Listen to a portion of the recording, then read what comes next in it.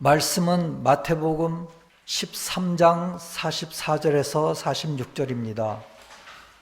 천국은 마치 밭에 감추인 보화와 같으니 사람이 이를 발견한 후 숨겨두고 기뻐하며 돌아가서 자기의 소유를 다 팔아 그 밭을 사느니라. 또 천국은 마치 좋은 진주를 구하는 장사와 같으니 극히 값진 진주 하나를 발견함에 가서 자기 소유를 다 팔아 그 진주를 사느니라. 하나님의 섭리 360번입니다. 주님의 섭리로 인도되는 사람들은 그의 자아를 넘어서게 됩니다. 그리고 주님으로부터의 선함과 진리를 보게 됩니다. 아멘.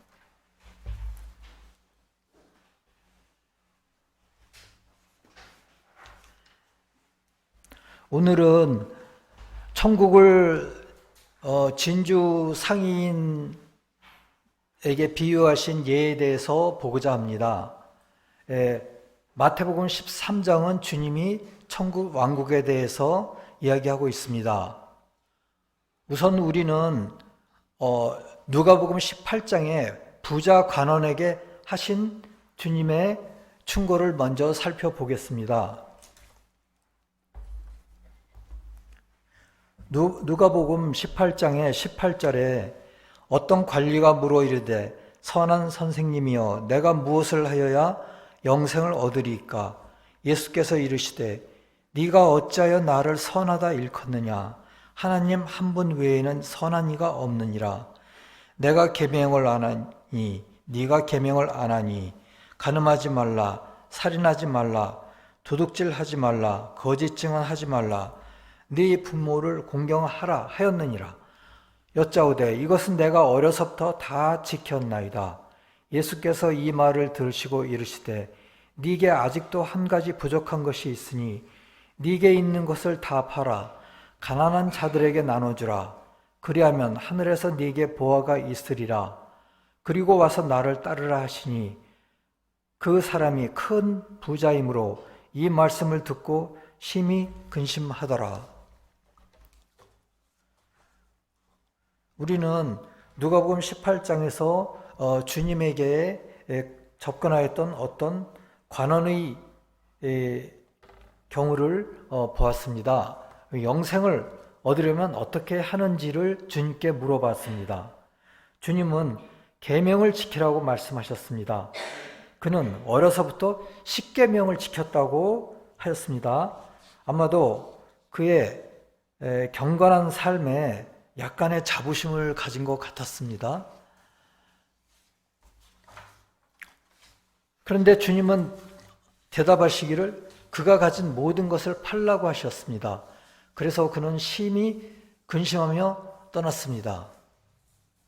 그런데 요한계시록 893항을 보면은 그가 가진 모든 것을 팔아서 가난한 자에게 주라는 것은 그의 재산을 다 팔라는 것이 아닙니다. 그 말의 영적인 의미는 그의 자아를 일부 던지거나 전부 던지라는 말씀인 것입니다. 자아는 라틴어로 프로프리엄입니다. 그런데 영어로는 무엇일까요? What is his own? 자아의 본질적인 성질을 의미합니다. 유대인 관원은 명백히 부자였습니다. 부자는 영적으로는 악과 거짓에 대한 지식을 의미합니다. 그는 물질적인 여기서는 이제 영적으로 악과 거짓에 대한 지식을 의미합니다. 다른 면에서는 선과 진리에 대한 지식을 의미하기도 하는데 여기 이 말씀에서는 부자는 악과 거짓에 대한 지식을 의미하는 것입니다. 그는 물질적인 재산을 팔기 어려웠을 겁니다. 그러나 주님은 말씀은 내적으로는 주님은 자아를 팔라는 것입니다. 즉 자아애를 내려놓으라는 것입니다. 유대교의 또한 유대교의 전통적인 지식을 내려놓으라는 것이었습니다. 그러한 것들이 우리 마음속에 있는 동안에는 참된 진리와 선이 주님으로부터 흘러 들어올 수 없습니다. 그래서 주님께서는 너에게 있는 것을 버리라고 하신 것입니다. 그러니까 유대교에서부터 오래된 전통의 지식을 받으면서 자랐던 관원인 것입니다. 그래서 관원까지 올라간 것입니다. 그런데 주님께서는 이러한 지식과 또한 자아를 버리라는 것입니다. 그래야 하늘에서 참된 진리와 선이 마음속으로 흘러 들어올 것이라고 말씀하신 것입니다. 그리고 나서 주님께서는 나를 따르라고 하셨습니다. 주님을 따르는 것은 무엇일까요? 자아사랑과 세상사랑에 끌려다니지 않고 주님이 인도하시는 대로 따르는 것입니다. 우리 마음속에 세상에 대한 욕망이 있고 자기 자신에 대한 자부심이 있을 때 주님이 손을 내밀어도 우리의 영혼은 잡지를 않습니다. 왜냐하면 자기 힘으로 뭐든지 할 수 있다고 믿기 때문입니다. 그러나 그런 생각을 걷어내고 주님 앞에 겸손하게 자신을 낮출 때 우리는 온전히 주님의 인도하심을 따를 수가 있습니다. 그러니까 우리가 겸손하게 자신을 낮추고 또 마음을 비울 때 그때 주님이 우리 영혼에 손을 내밀면 우리가 그 손을 그때 잡을 수가 있는 것입니다. 그전에는 우리의 교만함이 딱 막고 있는 것이죠. 이것에 대해서는 마태복음 10장 37절에서 39절에서 잘 나와 있습니다. 아버지나 어머니를 나보다 더 사랑하는 자는 내게 합당하지 아니하고 아들이나 딸을 나보다 더 사랑하는 자도 내게 합당하지 아니하며 또 자기 십자가를 지고 나를 따르지 않는 자도 내게 합당하지 아니하니라. 자기 목숨을 얻는 자는 잃을 것이요 나를 위하여 자기 목숨을 잃는 자는 얻으리라. 이 가르침은 영생의 약속을 위해 사랑하고 친숙한 것을 포기해야 한다는 것입니다. 부모 자녀들은 정말 육신의 부모 자녀들을 말씀하신 것일까요? 아니죠. 모두 세상에 속한 악하고 거짓된 것을 나타냅니다. 가정을 버려야 한다는 것이 아닙니다.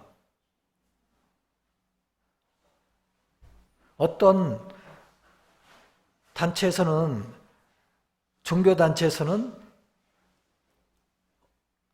부모와 자녀들이 반대한다고 그러면 집을 나와라. 우리와 함께 지내자. 이래가지고 가출하고 가정이 파괴되는 경우가 있습니다. 이 말씀에 근거해서 그런 얘기를 하는 것 같은데 이 말씀은 전혀 그런 얘기가 아닙니다. 그래서 세교에서는 이것은 세상에 속한 악하고 거짓된 것을 버리라는 것입니다. 하나님 나라에 들어가기 위해서는 세상에 사는 동안 부단히 악하고 거짓된 것을 버려야 한다는 것입니다. 그래서 그런 것들은 단번에 버릴 수가 있을까요? 그렇지 않지요. 한 번에 없어지지가 않습니다. 평생에 걸쳐 조금씩 버리는 노력을 해야 합니다. 곧 세상에서 조금씩 거듭나는 과정을 거치는 것입니다. 우리는 포기해야 할 것이 너무 많고 고통스럽습니다. 새로운 가치를 발견할 때는 옛 것들에 포기해야 합니다. 또한 우리가 세상에서 가진 옛 것들이 가치가 영원하다는 착각에 빠져서 살고 있습니다. 그런데 옛 것들의 가치는 또 점점 떨어집니다. 그러면서 심지어는 거의 아무것도 아닌 것이 되기도 합니다. 그래서 우리는 그것을 버려야 합니다. 그렇기 때문에 새로운 가치를 발견할 때는 옛 것을 버리고 새로운 것을 우리가 받아들여야 합니다. 주님의 말씀도 마찬가지죠. 그것이 진주인 것입니다. 우리가 아주 자연적인 예지만 스마트폰이나 컴퓨터를 산다 해도 시간이 지나면 그 가치는 거의 아무것도 아닌 것이 되는 것을 보게 됩니다. 다 새 것으로 대체한 후 폐기 처분해야 했습니다. 프로그램의 용량이 엄청 커지고 그렇기 때문에 옛날 그 스마트폰이나 컴퓨터로는 아예 할 수가 없는 것입니다. 그러나 버리는 슬픔은 사라지고 새로운 가치를 발견하는 즐거움으로 대치가 되는 것입니다. 즉 영생을 추구할 때 더욱 우리는 고무되는 것입니다. 그러면 영생을 만드는 것이 무엇일까요?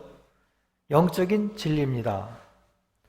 그러면 마태복음 13장으로 돌아가서 우리가 진주에 대해서 살펴보겠습니다. 46절에서는 극히 값진 진주라는 말이 나옵니다. 극히 값진이라는 말은 헬라어로는 폴리튀모스입니다. 매우 가치 있는 또 고액의라는 뜻입니다. 영적으로 살펴본다면 진주는 말씀에서의 지식을 의미합니다. 즉 선과 진리에 대한 지식을 의미합니다. 결국 주님에 대한 지식을 의미합니다. 결과적으로 그 지식으로 우리는 주님을 인정하게 됩니다. 우리는 진리의 지식을 발견할 때 기존에 우리가 가지고 있던 지식은 옆으로 비껴놓게 됩니다. 우리가 이렇게 하지 않으면 주님에 대한 지식을 받을 수가 없게 됩니다. 우리가 기존 지식을 옆으로 비껴놓고 내려놓을 때 우리는 주님의 지식을 받을 수가 있는데 우리는 이럴 때 자유의지의 상태에서 받아야 합니다. 즉 자유의지 상태로 할 적에 기쁨으로 진주를 주님에 대한 지식을 선택하게 됩니다. 우리는 이러한 자유의지에 의한 선택을 해야만이 그 기쁨과 그 지식이 우리 영혼에 심어지고 우리 영혼이 발전하게 됩니다. 자유의지에 하지 않고 어떤 강요에 의해서 한다든가 하게 되면은 그것은 완전하게 우리의 영혼에 심어지지가 않는 것입니다. 그래서 여러분들도 살아가면서 어떤 선택의 순간이 될 적에 특히 영적인 거에 있어서 선택의 순간이 왔을 적에 자유의지에 의해서 선택을 하시기 바랍니다. 그럴 때 우리 영혼이에게 진정으로 그 지식이 심어지고 우리의 양식이 되고 우리의 영혼이 발전하게 되는 것입니다. 그런데 준비되지 않는 자들은 어떻게 될까요? 기존에 있던 지식을 팔지 않으면 아무것도 받을 수 없는데 성과 진리의 지식은 준비되지 않은 자에게는 주어지면 안 됩니다. 주어질 수가 없을 뿐더러 주어지면 안 됩니다. 왜냐하면 주님께서 또한 그의 눈을 열어 주시지 않아서 또 그것을 받을 수도 없습니다. 이것이 마태복음 7장 6절에서 나오는 말씀의 의미인데요. 거룩한 것을 개에게 주지 말며 너희 진주를 돼지 앞에 던지지 말라. 그들이 그것을 발로 밟고 돌이켜 너희를 찢어 상하게 할까 염려하라. 그래서 저희가 우리에 대한 진리의 체계를 전하거나 또는 소개하더라도 진짜 그 사람이 준비가 되어 있는지 또 주님께 여쭤보고 판단을 해서 전하는 게 좋겠습니다. 저도 그동안에 여러 번 전해봤지만은 어떤 경우에는 욕을 하더라고요. 심한 욕을 하더라고요. 그래서 그런 것들을 잘 판단해서 그런 것들을 전해주셔야 되고, 어떤 경우에는 또 좀 조롱 섞인 말을 하기도 하더라고요. 그래서 잘 판단을 해서 전해야 하고, 그런 경우는 다 주님께서 그의 눈을 열어주시지 않고요, 그 마음에 그러한 진리를 받을 수 있는 마음에 불꽃이 없는 것입니다. 그래서 그런 경우는 우리가 자제해야 되겠습니다. 이러한 주님에 대한 지식은 뭘로 비유될까요?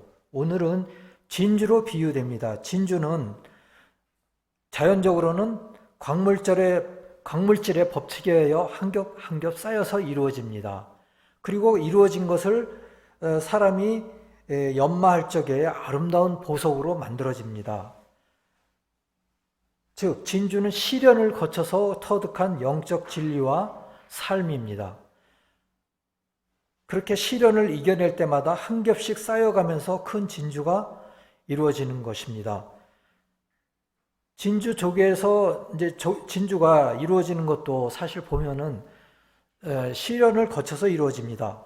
조개 속에 사실 모래나 작은 자갈 같은 이물질이 들어옵니다. 그러면 조개는 자기에게 들어온 이 이물질에 탄산 칼슘을 내뿜어서 진주가 되도록 만듭니다.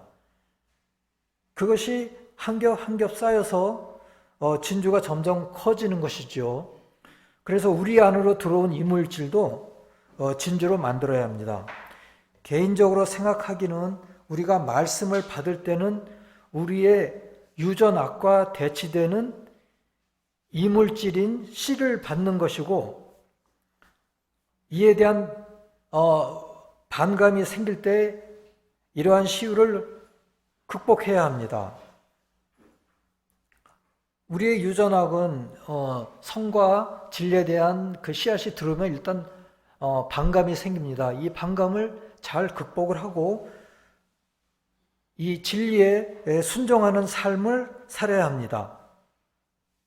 이것이 하나의 시유라고 할 수가 있는데, 이 진리에 순종하는 삶이 한 번 이루어지고 또 다른 면에서 또 한 번 이루어지고 이럴 때마다 점점 한 겹씩 더해가서 우리 마음속에 영적인 진주가 이어지는 것입니다. 이루어지는 것입니다. 그래서 우리가 이러한 진주를 많이 가지고 영계에 들어가야 하겠습니다.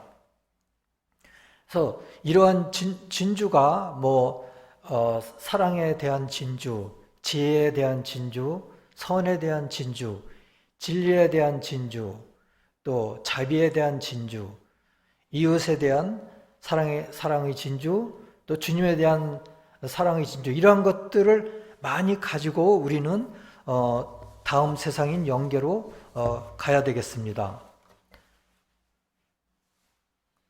그러나 이러한 진주 중에서 가장 귀한 진주는 무엇일까요? 그것은 하나님의 속성에 대한 진주입니다. 참된 기독교 184번에서 말하기를 삼위일체는 큰 가치의 진주와 같다고 말씀하셨습니다. 그러나 이것을 세 인격으로 나누면은, 즉 진주가 세 부분으로 나누어진다면 어떻게 될까요? 돌이킬 수 없이 파괴된다고 말하고 있습니다. 그러므로 우리는 삼위일체의 하나님에 대한 진리의 진주는 가장 귀한 진주이기 때문에 이것을 꼭 가지고 가야 하겠습니다. 사실 그 다음에 나오는 우리 실상에 대한 진주, 예배에 대한 진주, 또 찬양에 대한 진주, 이런 것들은 거기에서 다 이어진다고 할 수가 있겠습니다. 가진 모든 것을 파는 것은 이전에 가지고 있던 지식을 의미한다고 합니다. 한 단계 더 나아가 그 지식뿐만이 아니라 그 지식에 대한 애정, 그 지식에 대한 사랑을 거부하라는 의미입니다. 유전학적인 자아사랑과 세상사랑을 버리라는 것입니다. 이것을 팔아야 하는 것이, 팔라고 하시는 것이, 주님이 팔라고 하시는 것이 바로 네가 가진 모든 재물을 팔아라 하는 의미입니다.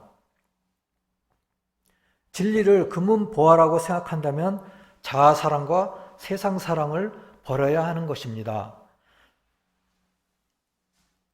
우리가 보물을 발견할 때 점점 자애에 관련된 것을 내려놓게 됩니다. 우리가 진주의 보물을 발견하고 그것을 받아들이면은 단번에 우리가 자아에 관련된 것을 버릴 수는 없죠.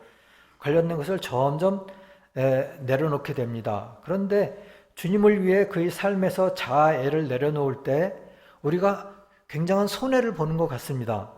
그렇지만 아무것도 손해를 보거나 잃지 않고 오히려 그 손실을 훌륭하게 회복하게 됩니다. 하나님의 섭리 42번에서는 말하기를 사람이 주님과 결합하면 할수록 더욱더 그 자신이 주인으로 나타나며 그가 주님의 것임을 더욱더 명확하게 인식하게 됩니다. 오히려 그 자신을 뚜렷하게 점점 인식하게 되면서 주님을 더 뚜렷하게 인식하게 된다는 것입니다. 오히려 손실을 회복하게 되는 것입니다. 영적으로 우리가 더 나아지고 그러한 영적으로 우리가 진화된 상태에서 다음 세상 영계로 갈 수가 있게 되는 것이 하나의 큰 축복인 것입니다. 그러므로 요한복음 8장 36절에서는 주님은 내가 너희를 자유롭게 하면 너희가 참으로 자유로우리라 라고 말씀하신 것입니다. 우리는 우리의 자아를 내려놓고 주님에 대한 지식과 주님에 대한 인식을 가져야 합니다. 그것이 진주를 사는 것이고 주님의 섭리의 인도를 받을 수가 있습니다. 주님에 대한 지식을 우리가 취하고 주님에 대한 인식을 가질 적에 우리가 주님의 인도를 받을 수가 있는 것입니다. 주님이 우리를 향해서 우리 영혼에 손을 내밀 때 우리가 그것을 붙잡을 수 있고 그것에 의해서 주님의 인도를 받을 수가 있는 것입니다. 주님의 섭리로 인도되는 사람들은 그의 자아를 넘어서게 됩니다. 우리의 근본적인 자아는 악과 거짓밖에 없습니다. 그 자아를 우리가 넘어서게 됩니다. 그러므로써 주님으로부터의 선함과 진리를 보게 되고 받아들일 수가 있는 것이라고 하나님의 섭리 360번에서는 말하고 있습니다. 그렇다면 가장 큰 가치의 진주는 무엇일까요? 하나님에 대한 참된 지식이 큰 가치의 진주입니다. 신적 인성의 하나님이 부모가 아이를 돌보는 것처럼 돌보십니다. 이 지식은 우리가 발견한 가장 고결한 지식입니다. 이것이 가장 큰 가격의 진주입니다. 말씀에는 많은 지혜의 진주가 숨어 있습니다. 말씀의 문자의 의미에 숨어 있는 많은 진주를 파내는 방법을 우리는 배워야 합니다. 그 중에서도 하나님에 대한 참된 지식은 다른 모든 진리의 관문입니다. 그래서 우리가 하나님에 대한 참된 지식으로 다른 모든 진리가 말씀에 숨어 있는데 그것을 파낼 수가 있는 것입니다. 우리의 이해성이 자라면서 진리들이 어떻게 연결되고 배열되고 각자의 자리를 가지고 있는지 보게 됩니다. 완벽한 질서인 것입니다. 그러니까 우리가 이 말씀에 숨어 있는 많은 진주를 파내는데 하나님에 대한 참된 지식에 대한 진주를 파내고 그것이 가장 귀한 진주죠. 그리고 다른 진주를 하나씩 우리가 파내게 될 때 그것들이 우리 영혼의 자리를 차지한다고 합니다. 그것이 아주 질서 있게 배열이 되면서 우리의 영혼의 집을 짓는다고 합니다. 우리가 하나님의 본질을 알아야 합니다. 하나님은 분노하거나 복수하는 하나님이 아닙니다. 또한 희생제물을 요구하시는 하나님이 아닙니다. 하나님은 선, 사랑, 자비, 용서 자체이십니다. 이러한 하나님에 대한 참된 이해가 가장 큰 가치가 있는 진주인 것입니다. 이러한 진주를 올바르게 획득하신 후에 이것을 알게 될 때 다른 모든 진주로 나아갈 수가 있는 것입니다. 그때 우리는 감사에 가득 차게 되고 점점 자아사랑을 내려놓게 되고 충만한 하나님의 생명과 축복을 받게 됩니다. 계시록 해설 863번에서는 진리에 대한 영적인 애정을 가진 처녀들에 대해서 이야기하고 있습니다. 계시록 14장 4절의 처녀는 순결한 자에 대한 설명입니다. 거기에 순결한 자에 대한 말씀이 나오는데 그것은 처녀라고, 어떤 영어 성경에는 처녀라고 되어 있고 또 우리나라 성경에는 순결한 자라고 그런 의미로 쓰여져 있습니다. 그것은 계시록에서 863번에서 말씀하기는 하나님 나라를 위한 씀씀이에 대한 사랑과 영원한 생명에 대한 목표를 가지고 그 삶의 씀씀이를 사용하는 사람들을 말한다고 합니다. 진리이기 때문에 진리를 사랑하는 사람입니다. 세상의 명예나 이득 때문에 진리를 사랑하는 것이 아니라 진리이기 때문에 진리를 사랑하는 사람들입니다. 이들은 주님을 사랑합니다. 그러니까 이 자연적인 삶의 씀씀이로 이 세상에 살면서 그 영원한 생명을 위하여 봉사하면서 사는 사람들입니다. 즉 모든 것을 버리고 이 자연적인 세계를 떠나겠다고 하는 사람이 아니라 자기의 재능과 자기의 씀씀이를 이 세상에서 발휘하면서 사는 것입니다. 이것도 아주 큰 가치입니다. 그리고 그 사람에게 주어진 주님의 사명입니다. 태양이신 주님부터 나오는 신적 진리를 우리가 사랑하고 이러한 진리가 진주인 것입니다. 진주란 천국과 교회에 대한 진리이며 주님에 대한 인정을 의미합니다. 우리의 삶에서 오래된 자아를 포기해야 합니다. 주님이 하나님이심을 인정하며 그의 인성이 신적 인성이심을 인정하는 것입니다. 이것이 거룩한 도시 새 예루살렘의 12문이 진주로 보여지는 이유입니다. 진주는 진리와 선에 대한 인지라고 계시록 풀이 916번은 말하고 있습니다. 계시록 21장 21절에서 말씀하시기를 그 12문은 12진주니 각 문마다 한 개의 진주로 되어 있고 성의 길은 맑은 유리 같은 정금이더라. 우리는 말씀에서 진주를 발견하고 이전 것들을 점차로 팔고 새로운 진주를 사야 하겠습니다. 그러면 이제 그 부자 관원과 이 진주와의 관계에 대해서 우리가 생각해 보겠습니다. 부자는 영적으로는 성과 진리에 대한 지식이 많은 사람을 의미하는데요. 많은 책을 받고 노력했고 다 버리라는 말인가 하고 참 어렵게 생각을 했죠. 주님께서는 낙타가 바늘귀로 들어가는 것이 부자가 하나님 나라에 들어가는 것보다 쉽다고 하였습니다. 이것은 인간의 감각으로 이루어진 지식을 가지고 영적을 진리를 추론하는 것은 불가능하다는 말입니다. 그만큼 세상의 욕망과 자아사랑에 가득 찬 사람들이 천국에 들어간 것은 어렵다는 말입니다. 부자 관원은 주님께 찾아올 정도로 영적인 식견을 갖춘 사람이었습니다. 그런데 주님이 주시는 신앙의 진리와 선으로만 갈 수 있지 인간적 지식이나 총명으로는 갈 수 없는 것입니다.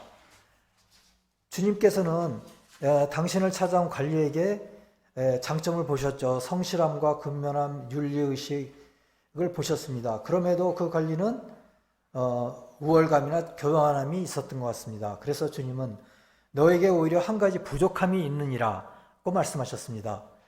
한 가지 부족함은 전통적인 지식을 내려놓고 자아사랑과 세상사랑을 내려놓아라.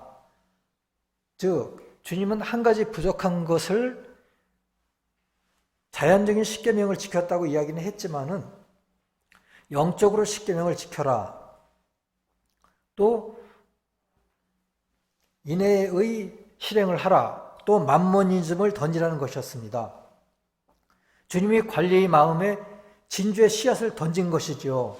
그래서 관리는 심한 근심 가운데서 시유를 잘 극복하고 진리삼으로 나아갔다면 그 영혼의 진주가 형성되었을 것입니다. 이런 것이 하나의 진주라고 생각합니다. 주님이 사실 씨앗을 던진 것입니다. 시유가 시작된 것이죠. 심히 근심하기 시작했으니까요. 이거를 잘 극복하고 이 부자 관원이 잘 나아갔다면은 부자 관원도 이 진리를 가지고 영계에 갔을 것입니다. 지납니다. 그런 주님의 은혜가 모든 성도님들에게 임하시기를 기도합니다. 그 12문은 12진주니 각 문마다 한 개의 진주로 되어 있고 성의 길은 맑은 유리 같은 정금이더라. 아멘.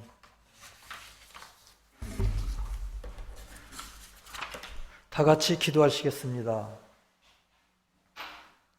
자비로우신 주님, 새로운 한 주를 열어주시고 한없는 지혜와 사랑을 주신 것을 감사드립니다. 오늘 저희가 천국은 숨겨진 가장 값진 진주와 같다는 말씀을 들었습니다. 또한 부자 관원을 통하여 알게 된 교훈들을 마음에 새기도록 인도하여 주시옵소서. 우리 또한 오히려 부족한 것들이 있음을 알고 정진하여 시유를 거쳐 진주를 형성할 수 있도록 인도하여 주시옵소서. 슬기로운 처녀들 같이 사랑과 삶의 기름을 각자의 등잔에 채우고 진주를 사서 영혼에 심어서 다음 세상에 갈 수 있도록 인도해 주시옵소서. 모든 말씀 주 예수 그리스도의 이름 받들어 기도드렸사옵나이다. 아멘.